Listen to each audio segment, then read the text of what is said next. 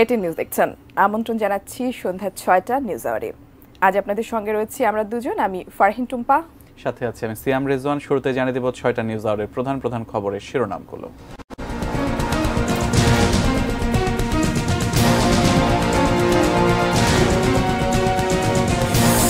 চীনের ব্যবসায়ীদের বাংলাদেশে বিনিয়োগের আহ্বান প্রধানমন্ত্রীর। আন্দোলন নিয়ে উস্কানিতে পা না দিতে ছাত্রলীগ ও পুলিশের প্রতি প্রধানমন্ত্রীর নির্দেশ, জানালেন ওবায়দুল কাদের। সরকারি চাকরিতে কোটা পুনর্বহালের বিষয়ে কাল আপিল বিভাগে শুনানি। পিএসসির প্রশ্ন ফাঁসে সিআইডির মামলা বাতিল হতে পারে, রেলের নিয়োগ পরীক্ষাও। এবং ইউরোর প্রথম সেমিতে আজ স্পেন ফ্রান্স মহারণ। Sponsored by Abiba Finance Limited.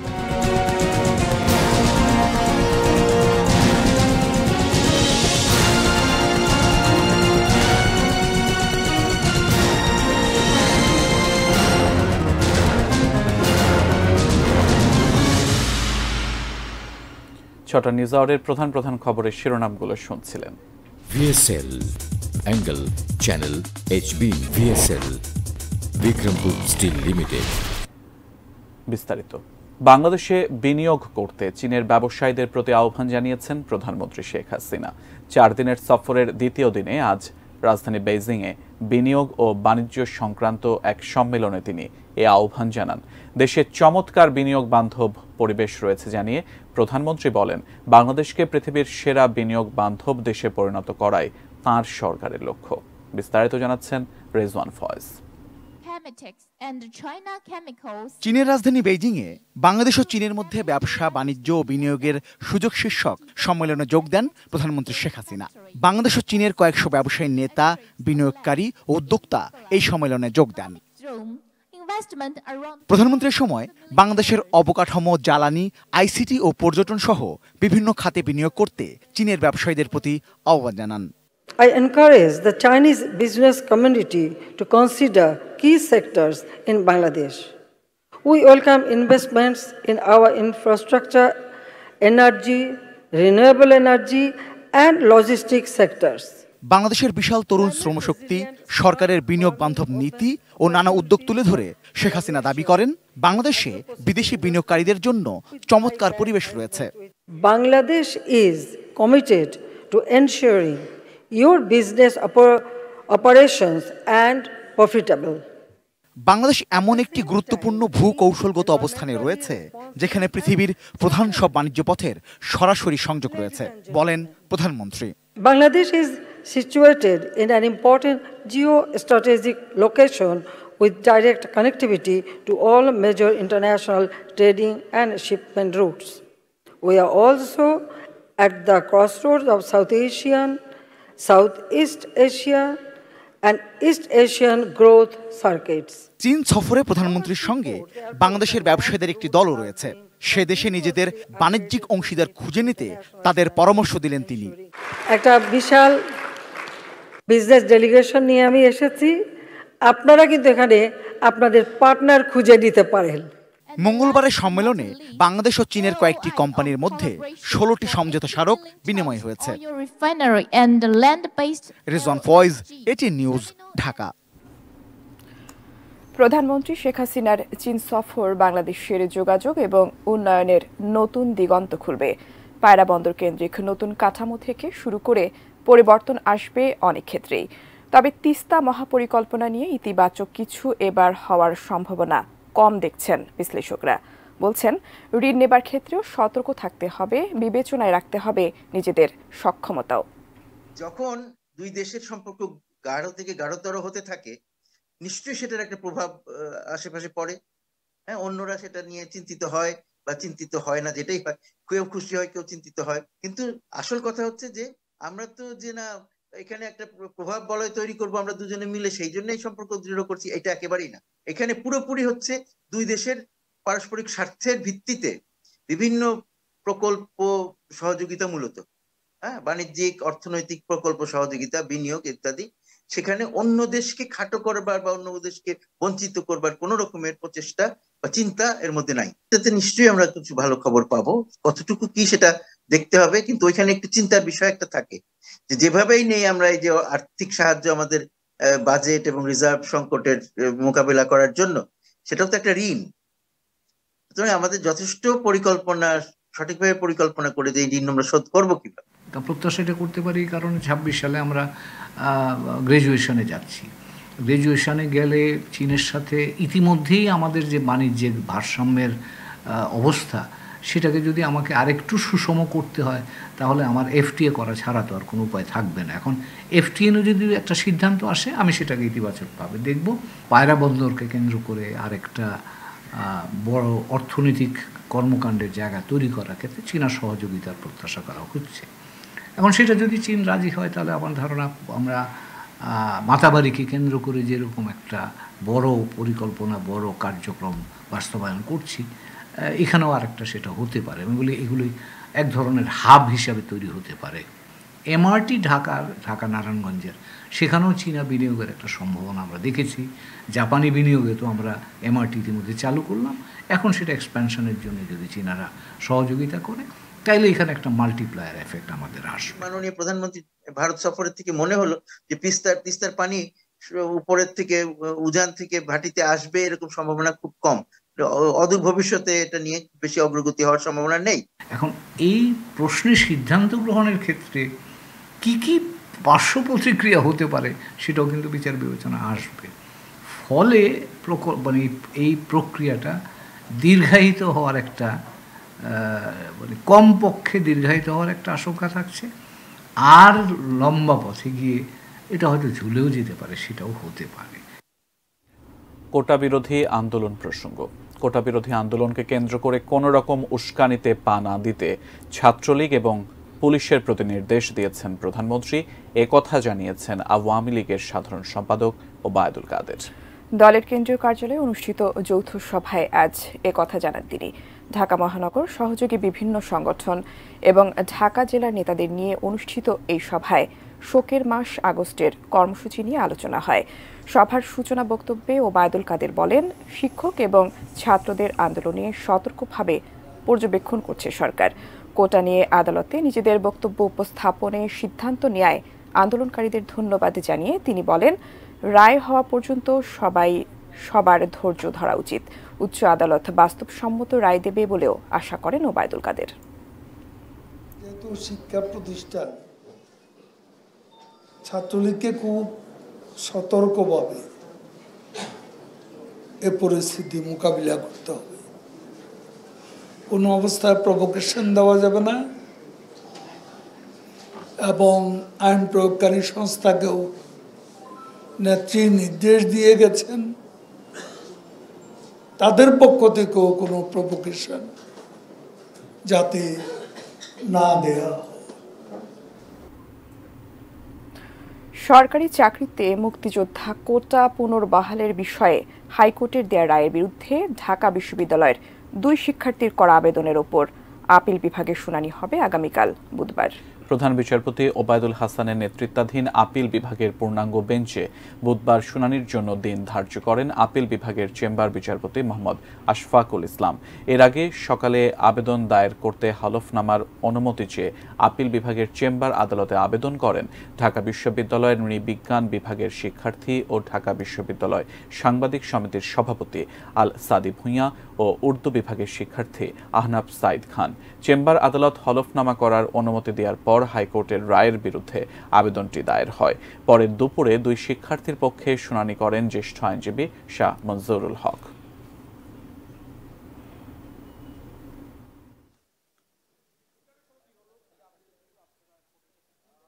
আমরা সাধারণ ছাত্রছাত্রীদের পক্ষে কোটা পদ্ধতির সংস্কার হওয়া দরকার। আমরা যে আদেশটা চাচ্ছি যে এই অবস্থায় হাইকোর্ট ডিভিশনের আদেশটি অ্যাপিলেট ডিভিশন কর্তৃক জাস্টিফাই না হওয়া পর্যন্ত আমরা একটা স্থগিতাদেশ চেয়েছি আজকে।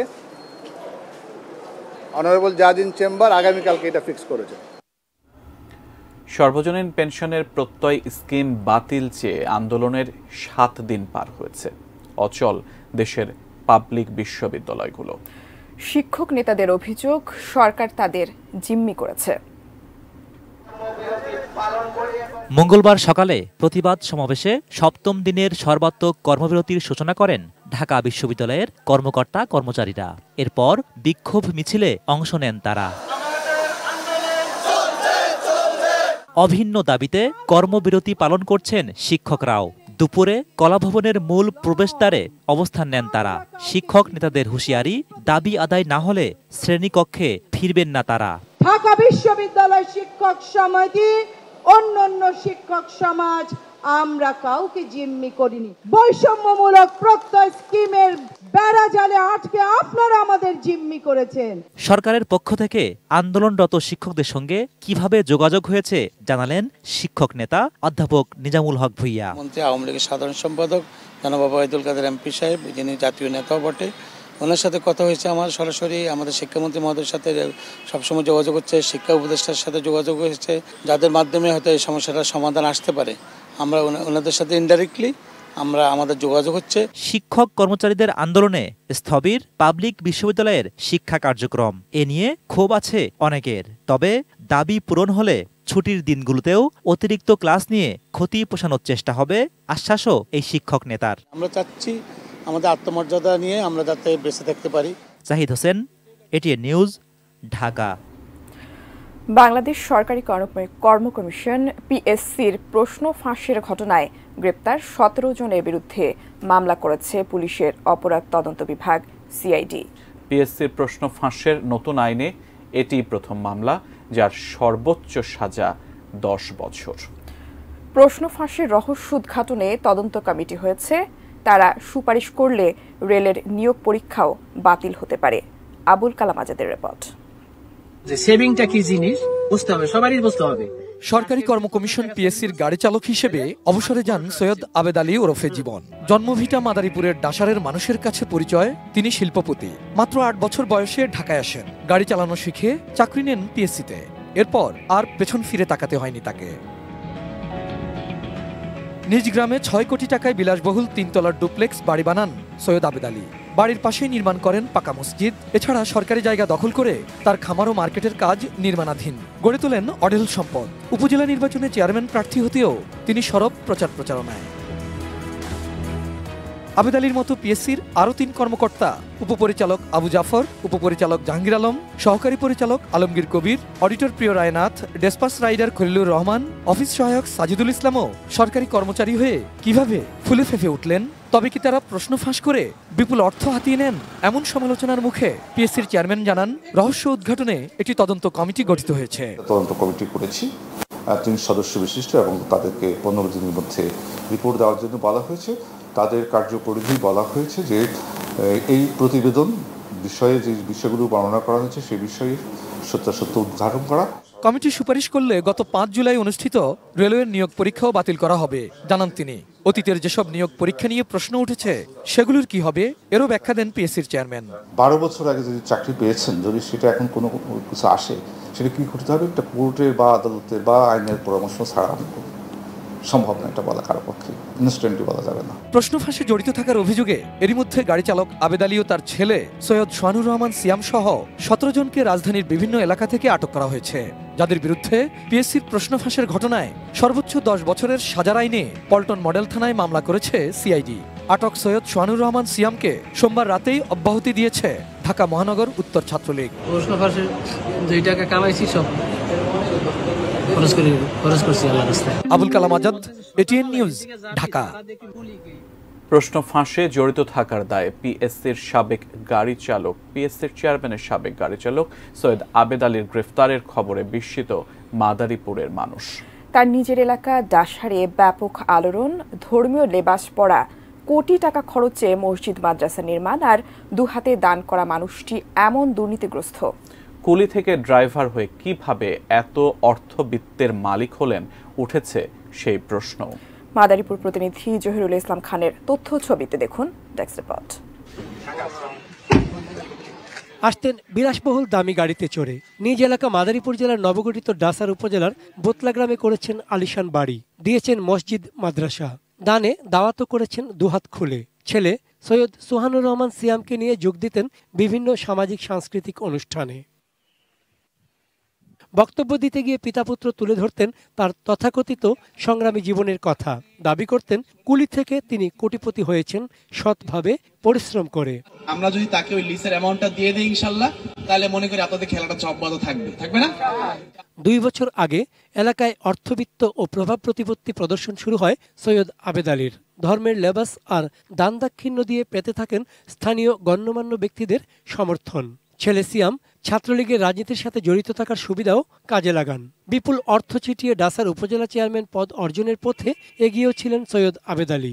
সরকারি কর্মকমিশনের নিয়োগ পরীক্ষার প্রশ্নপত্র ফাঁসের সাথে জড়িত থাকার অভিযোগে সৈয়দ আবেদ আলী গ্রেপ্তার হওয়ার পর এলাকাবাসীর মাঝে ব্যাপক আগ্রহ। কোথা থেকে এত সম্পদের মালিক হলেন একজন ড্রাইভার, ধারণাই করতে পারছেন না তারা। আমি জানি না অন্তত সে কি ব্যবসাটা করে, কিন্তু আমি যতটুকু জানি সে আগে ড্রাইভার ছিল। সে যেভাবে আগুয়েছিল যে উপজেলা চেয়ারম্যান সে তো হয়েই যাব। পিসি নিয়ে যে সে নতুনভাবে একটা অঘটন ঘটাইছে, এটা নিয়ে সরকারের ব্যাপার, সরকার খতিয়ে দেখবে। এখানে কি বানাইতো, এত টাকা কই পেলো? এই যে বানাইছে, জায়গা পরিবেশে জায়গা কিনছে, এটা গরুর একটা খামার দিবে। তবে দামি গাড়ি, আলিশান বাড়ি, কুয়াকাটায় তারকা হোটেলের মালিক, কোটি কোটি টাকা ব্যাংক ব্যালেন্স, সবই যে দুর্নীতির মাধ্যমে অর্জন তা জেনে বিস্মিত ও অসম্মানিত বোধ করছেন ডাসারের মানুষ। উপযুক্ত শাস্তি দাবি মাদারীপুরবাসীর। চন্দন পাল, ডেস্ক রিপোর্ট, এটিএন নিউজ। বিসিএসে অকৃতকার্য হয়েও এন ক্যাডার হয়েছেন এবং বিসিএস পাশদের ওপরে চাকরিতে পদোন্নতি হয়েছে এমন এন ক্যাডারদের জন্য ৩৫,০০০ ক্যাডার কর্মকর্তা ক্ষুব্ধ। স্বাস্থ্য অধিদপ্তর ও মন্ত্রণালয়ের এসব অনিয়মের জন্য একাধিক কর্মকর্তা দায়ী বলে অভিযোগ তুলেছে বিসিএস ক্যাডার অ্যাসোসিয়েশন। মঙ্গলবার বিকেলে জাতীয় প্রেসক্লাবে অ্যাসোসিয়েশন আয়োজিত সংবাদ সম্মেলনে বক্তারা বলেন, সরকারি চাকরি বিধির গুরুতর লঙ্ঘন করে প্রকল্প কর্মকর্তাদের পক্ষে অবৈধ ও বিধি বহির্ভূত পদোন্নতি দেন স্বাস্থ্য অধিদপ্তর ও মন্ত্রণালয়ের কর্মকর্তারা। লিখিতভাবে জানানো হলেও প্রশাসনের পক্ষ থেকে এখন পর্যন্ত কোনো উদ্যোগ নেওয়া হয়নি। বক্তারা আরও বলেন, এসব এন ক্যাডারদের চাকরিতে পদোন্নতি দেওয়ার জন্য বুনিয়াদী প্রশিক্ষণ কোর্স, বিভাগীয় পরীক্ষা ইত্যাদি বাদ দেওয়ার আহ্বান জানানো হয়। স্বাস্থ্য বিভাগের এসব অনিয়মের তথ্য ও দলিল রয়েছে বলেও দাবি করা হয় সংবাদ সম্মেলনে। সব ধরনের অবৈধ পদোন্নতি বাতিল করে অনিয়মকারীদের বিরুদ্ধে ব্যবস্থা নেওয়ার দাবি বক্তাদের। তাকে বিভাগে পরীক্ষা দিতে হবে, তাকে ফাউন্ডেশন করে আসতে হবে এবং তাকে সিনিয়র স্কেল পাস করে আসতে হবে। যেটা আমি করে আসতে বাধ্য, সেটা নন ক্যাডারকে করে আসতে হবে এবং বিধি মোতাবেক নন ক্যাডারকে যেভাবে পদোন্নতি ক্যাডার করে করা যায় আমরা তার বিপক্ষে নই। ক্যাডার কর্মকর্তা ছিলেন না, ক্যাডার অফিসার হিসেবে ওনারা 2022 সালে জয়েন করেছে এবং ওনাদের সিরিয়াল হবে 42 বিসিএস এর সর্বশেষ ব্যক্তির পরে। এটা 26টি ক্যাডারের জন্য একই নিয়ম। ছাগলকাণ্ডে আলোচিত জাতীয় রাজস্ব বোর্ডের সাবেক সদস্য মতিউর রহমানের কতটি জাতীয় পরিচয়পত্র আর পাসপোর্ট আছে জানতে চেয়ে সংশ্লিষ্টদের কাছে চিঠি দিয়েছে দুর্নীতি দমন কমিশন দুদক। তার পিকনিক স্পট আপন ভুবন এর তথ্য চেয়েও চিঠি গেছে গাজীপুরের জেলা প্রশাসকের দপ্তরে। আলোচিত সমালোচিত মতিউর রহমান এবং তার পরিবারের একাধিক জাতীয় পরিচয়পত্র আর পাসপোর্ট থাকতে পারে বলে সন্দেহ করছে দুদক। তাই তাদের ব্যাপারে খোঁজ নিতে নির্বাচন কমিশন, ইসি এবং পাসপোর্ট অফিসে চিঠি দিয়েছে দুদকের অনুসন্ধান সংশ্লিষ্ট টিম। সংস্থাটির উপপরিচালক আনোয়ার হোসেন স্বাক্ষরিত চিঠিতে পিকনিক স্পট আপন ভুবনের তথ্য চেয়ে গাজীপুরের জেলা প্রশাসককে চিঠি দিয়েছে দুদক। পিকনিক স্পটটির নামজারি সহ বিস্তারিত নথি চাওয়া হয়েছে। অঢেল সম্পদের মালিক মতিউর ও তার পরিবারের নামে থাকা ঢাকায় 4টি ফ্ল্যাট ও বিভিন্ন জেলায় 866% স্থাবর সম্পত্তি জব্দ করার আদেশ দিয়েছেন আদালত। এছাড়া দুদকের আবেদনে মতিউরের দেশত্যাগেও নিষেধাজ্ঞা দেওয়া হয়েছে।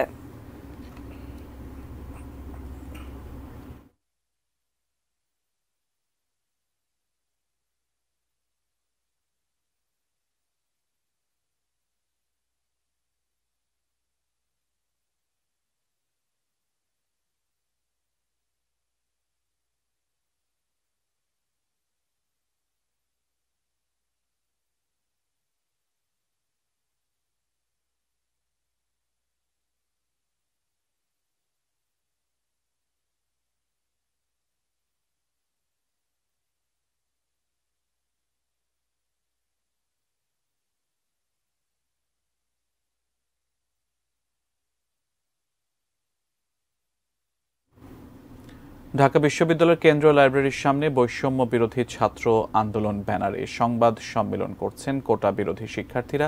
আমরা সরাসরি চলে যাচ্ছি সেই সংবাদ সম্মেলনে। শিক্ষক সমিতি একটি বিবৃতি দিয়েছে যে কোটা পদ্ধতিতে যদি বুয়েটে সেখানে শিক্ষার্থীকে ভর্তি করা হয় তাহলে বুয়েটের স্ট্যান্ডার্ড ফল করার সম্ভাবনা রয়েছে।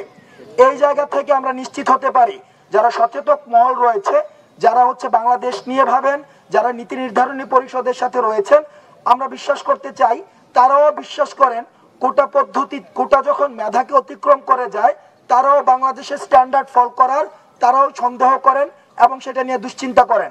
সেই জায়গা থেকে কোটারতে কাদেরকে অন্তর্ভুক্ত করা যায় আমরা নীতি নির্ধারকদের সাথে কথা বলেছি, আমরা স্টেক হোল্ডারদের সাথে কথা বলেছি, আমরা শিক্ষক পর্যায়ের মানুষদের সাথে কথা বলেছি, আইনজ্ঞদের সাথে কথা বলেছি।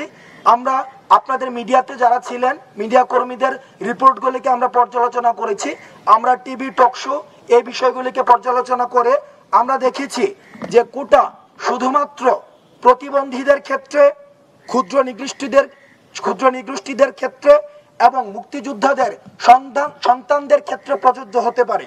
অর্থাৎ এই 3 ক্ষেত্র ছাড়া আর যে কোটা রয়েছে সেই কোটাগুলোকে অযৌক্তিক এবং বৈষম্যমূলক হিসেবে বিবেচিত করা হচ্ছে।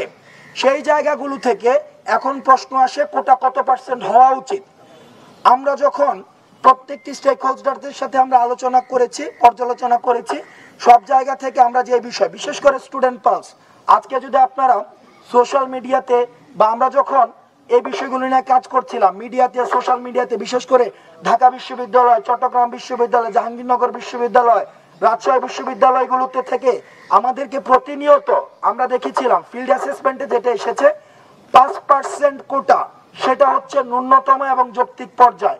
কারণ আমরা আমাদের নির্বাহী বিভাগ বা আমাদের সরকার যে মেধাভিত্তিক এবং স্মার্ট বাংলাদেশ স্বপ্ন দেখে, সেই স্মার্ট বাংলাদেশ বিনির্মাণের নেতৃত্বের মধ্যে মেধাকেই প্রধান প্রায়োরিটি দেওয়া উচিত বলে আমরা বিশ্বাস করি। সেই জায়গা থেকে শুধুমাত্র 5% কোটাকে আমরা যৌক্তিক হিসেবে আমরা বিবেচনা করছি, অর্থাৎ 5% কোটা রাখা যেতে পারে। সবশেষে আমার জায়গা থেকে একটা ক্লারিফিকেশন দিচ্ছি, সেটি আমরা জেনেছি, আমাদের কাছে খবর এসেছে যে একটি রিট করা হয়েছে হাইকোর্টে। এখন রিটের যে রেজাল্ট সে বিষয়ে আমরা জানি না। রিট সেটা 18 সালের পরিপত্রটাকে স্থগিত করতে পারে, অথবা যে 18 সালে যে 5 জুনে যে সিদ্ধান্তটা নেওয়া হয়েছে সেটাকেও বহাল রাখতে পারে।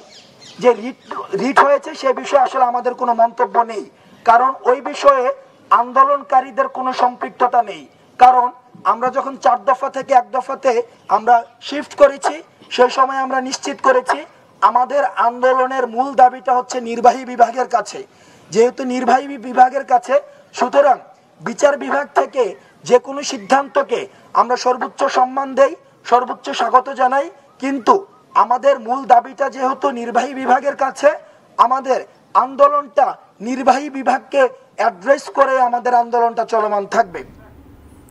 বৈষম্য বিরোধী ছাত্র আন্দোলন ব্যানারে সংবাদ সম্মেলন করছেন কোটা বিরোধী শিক্ষার্থীরা। সেই সংবাদ সম্মেলনের কিছু অংশ আপনারা সরাসরি দেখছিলেন। কোটা বিরোধী আন্দোলন বিষয়ে সর্বোচ্চ আদালতে আগামীকালের শুনানির পর একটি নির্দেশনা আসতে পারে বলে আশা করছেন শিক্ষামন্ত্রী মহিবুল হাসান চৌধুরী। রাজধানীর আন্তর্জাতিক মাতৃভাষা ইনস্টিটিউটে জাতীয় পাঠ্যক্রম পোর্টাল ও বিষয়ভিত্তিক অনলাইন ট্রেনিং কার্যক্রমের উদ্বোধন শেষে সাংবাদিকদের প্রশ্নের জবাবে এ কথা বলেন তিনি। অনুষ্ঠানে তিনি জানান, বৈশ্বিক শিক্ষার সঙ্গে তাল মিলিয়ে এদেশের শিক্ষাক্রমেও পরিবর্তন আনা হয়েছে। অন্যদিকে শিক্ষকদের সর্বজনীন পেনশন স্কিম প্রত্যয় ইস্যুতে অপর এক প্রশ্নের জবাবে সরকারের ওপর শিক্ষকদের আস্থা রাখার আহ্বান জানান মন্ত্রী। কোটা বিরোধী আন্দোলন নিয়ে আগামীকাল সর্বোচ্চ আদালতে শুনানি হবে। শিক্ষকের প্রশিক্ষণের জায়গাতে এই সমস্ত গুণগত পরিবর্তনগুলো আসছে। সর্বোচ্চ আদালতে এই বিষয়টি নিয়ে আগামীকাল একটি শুনানি হবে এবং সেই ক্ষেত্রে একটা সিদ্ধান্ত আসার সম্ভাবনা আছে। অনেকেই সেটা নিয়ে রাস্তায় নেমেছেন, রাজপথে সমাধান করা সম্ভব নয়। সরকারের নির্বাহী বিভাগ কিন্তু তাদের অন্তর্ভুক্তি সম্ভব হয়, অন্তর্ভুক্তিমূলক উন্নয়ন কিন্তু আমাদের অঙ্গীকার। সন্ধ্যা ৬টা নিউজ আওয়ারে নিচ্ছি বাইজেদ স্টিল বিরতি, এরপর আরো থাকছে।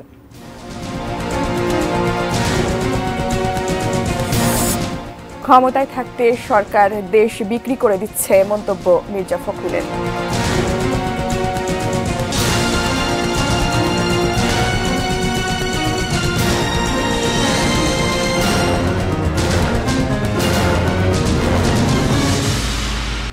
বিরতির পর আমন্ত্রণ ৬টা নিউজ আওয়ার দেখছেন। ক্ষমতায় থাকতে সরকার দেশ বিক্রি করে দিচ্ছে বলে অভিযোগ করেছেন বিএনপি মহাসচিব মির্জা ফখরুল ইসলাম আলমগীর। তিনি বলেছেন, ভারতকে সুবিধা দিলেও দেশের স্বার্থ রক্ষা করতে পারেনি সরকার। বিকেলে রাজধানীর নয়াপল্টনের ভাসানী ভবন মিলনায়তনে বিএনপি চেয়ারপারসন বেগম খালেদা জিয়ার রোগ মুক্তি কামনায় দোয়া মাহফিলে এ কথা বলেন তিনি। দেশনেত্রীর মুক্তি, এই দেশের মুক্তি, গণতন্ত্রের মুক্তি, সব কিছুতে মূলে একটা আওয়ামী লীগ। এই আওয়ামী লীগকে যদি আমরা সরাতে পারি তাহলে সমস্ত বিষয়গুলোকে আমরা ফিরিয়ে আনতে পারবো। আসুন আমরা সেই লক্ষ্যে কাজ করি, ইনশাআল্লাহ আমরা সবাই ঐক্যবদ্ধ হয়ে কাজ করি, কেউ আমাদেরকে পরাজিত করতে পারবে না। ওয়ান ব্যাংকের সাথে নানা রকম ব্যবসায়িক বিনিময় চুক্তি সই করল এটিএন নিউজ। দুপুরে রাজধানীর কারওয়ান বাজারে এটিএন নিউজের প্রধান কার্যালয়ের সভাকক্ষে এটিএন নিউজ ও এটিএন বাংলার চেয়ারম্যান ডক্টর মাহফুজুর রহমান এবং ওয়ান ব্যাংকের অতিরিক্ত ব্যবস্থাপনা পরিচালক ও ব্যবসা প্রধান AJM সালে এই চুক্তিতে সই করেন। এ সময় দুটি প্রতিষ্ঠানের দ্বিপাক্ষিক স্বার্থ সংশ্লিষ্ট নানা বিষয়ে আলাপ হয়। চুক্তি স্বাক্ষর অনুষ্ঠানে এটিএন নিউজের নির্বাহী পরিচালক মোহাম্মদ মোশাররফ হোসেন সহ সকল বিভাগীয় প্রধান উপস্থিত ছিলেন। এছাড়াও ছিলেন ওয়ান ব্যাংকের সিনিয়র এক্সিকিউটিভ ভাইস প্রেসিডেন্ট এবং head of operations Mirza Azhar Ahmed, executive vice president এবং হেড অফ বিজনেস মোহাম্মদ শহীদ উল হক সহ ঊর্ধ্বতন কর্মকর্তাগণ।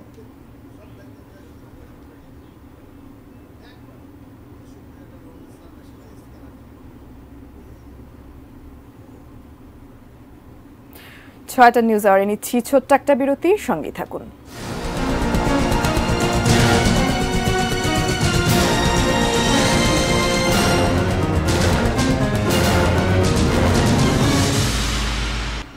বিরতির পর আবারও আমন্ত্রণ। এবার দেখবেন business news presented by Pubali bank PLC।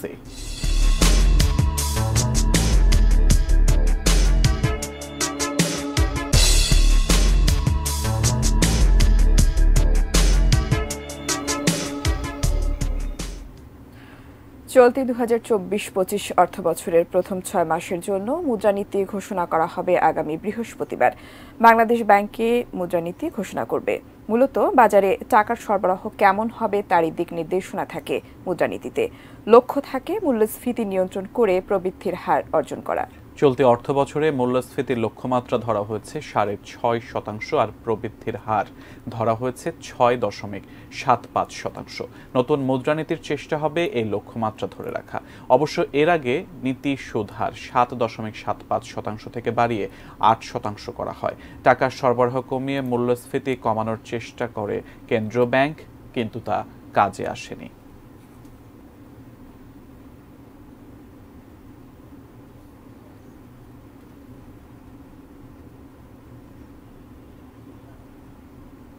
আবারও বায়জিৎ স্টিল বিরতিতে যাচ্ছে। এরপর আরো যা থাকছে। পুতিন জঘন্য অপরাধী, হাসপাতাল ও স্কুলে রুশ হামলার পর মন্তব্য জেলেনস্কির।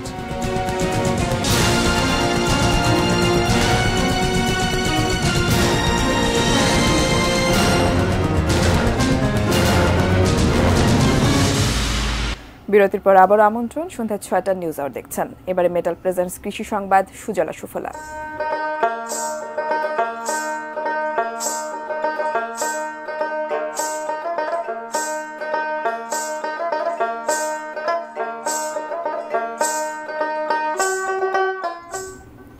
লক্ষ্মীপুরে কমিউনিটি ডেভেলপমেন্ট সেন্টার কোডেকের সহযোগিতায় মাছের পোনা চাষে সফল প্রায় 4000 মৎস্য উদ্যোক্তা। পল্লী কর্মসহায়ক ফাউন্ডেশন PKSF এর অর্থায়ন এবং কোডেকের সহযোগিতায় রায়পুরের মোল্লারহাট এলাকায় তৈরি করা হয়েছে 112 জন সফল উদ্যোক্তা। মৎস্য চাষের জন্য তাদের পোনা, ঝাঁকি জাল, চুন সার সহ বিভিন্ন উপকরণ বিতরণ করে কোডেক। এই উদ্যোগে একজন উদ্যোক্তা বছরে 1 থেকে 2 লক্ষ টাকা আয় করে সচ্ছল জীবনযাপন করছেন। দেশের বাইরের খবর।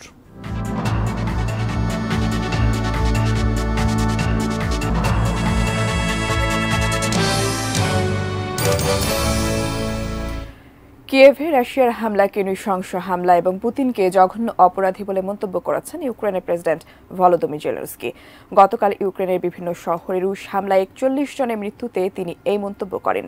তিনি বলেন, রুশ বাহিনী কিয়েভের বিভিন্ন শহরে অন্তত 40টি ক্ষেপণাস্ত্র নিক্ষেপ করেছে। এ সময় কমপক্ষে 100টির বেশি ভবন ক্ষতিগ্রস্ত হয়েছে। এর মধ্যে কিয়েভের শিশু হাসপাতাল, নার্সারি স্কুল ও একটি মাতৃ সদন কেন্দ্র রয়েছে। এ ঘটনায় আজ দেশটিতে একদিনের শোক পালিত হচ্ছে। জাতিসংঘের মানবাধিকার বিষয়ক হাই কমিশনার ফলকার তুর্ক এই হামলার নিন্দা জানিয়েছেন। পশ্চিমা সামরিক জোট নেটোর সম্মেলনে যোগ দিতে ওয়াশিংটনের পথে রয়েছেন জেলেনস্কি। যুক্তরাষ্ট্র, যুক্তরাজ্য, ফ্রান্স, ইকুয়েডর ও স্লোভেনিয়ার অনুরোধে আজ জাতিসংঘের নিরাপত্তা পরিষদে বৈঠকের কথা রয়েছে। Isfahan sports news.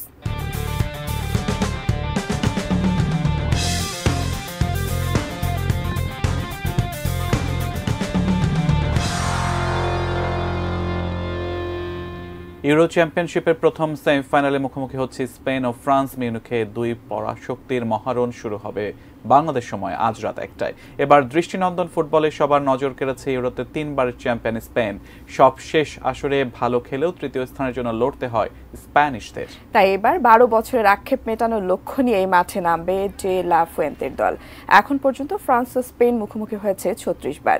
স্পেনের 16 জয়ের বিপরীতে ফরাসিদের জয় 13, বাকি 7 ম্যাচ ড্র। এদিকে 2 যুগ আগে সবশেষ 2000 সালে শিরোপার স্বাদ পেয়েছিল ফ্রান্স।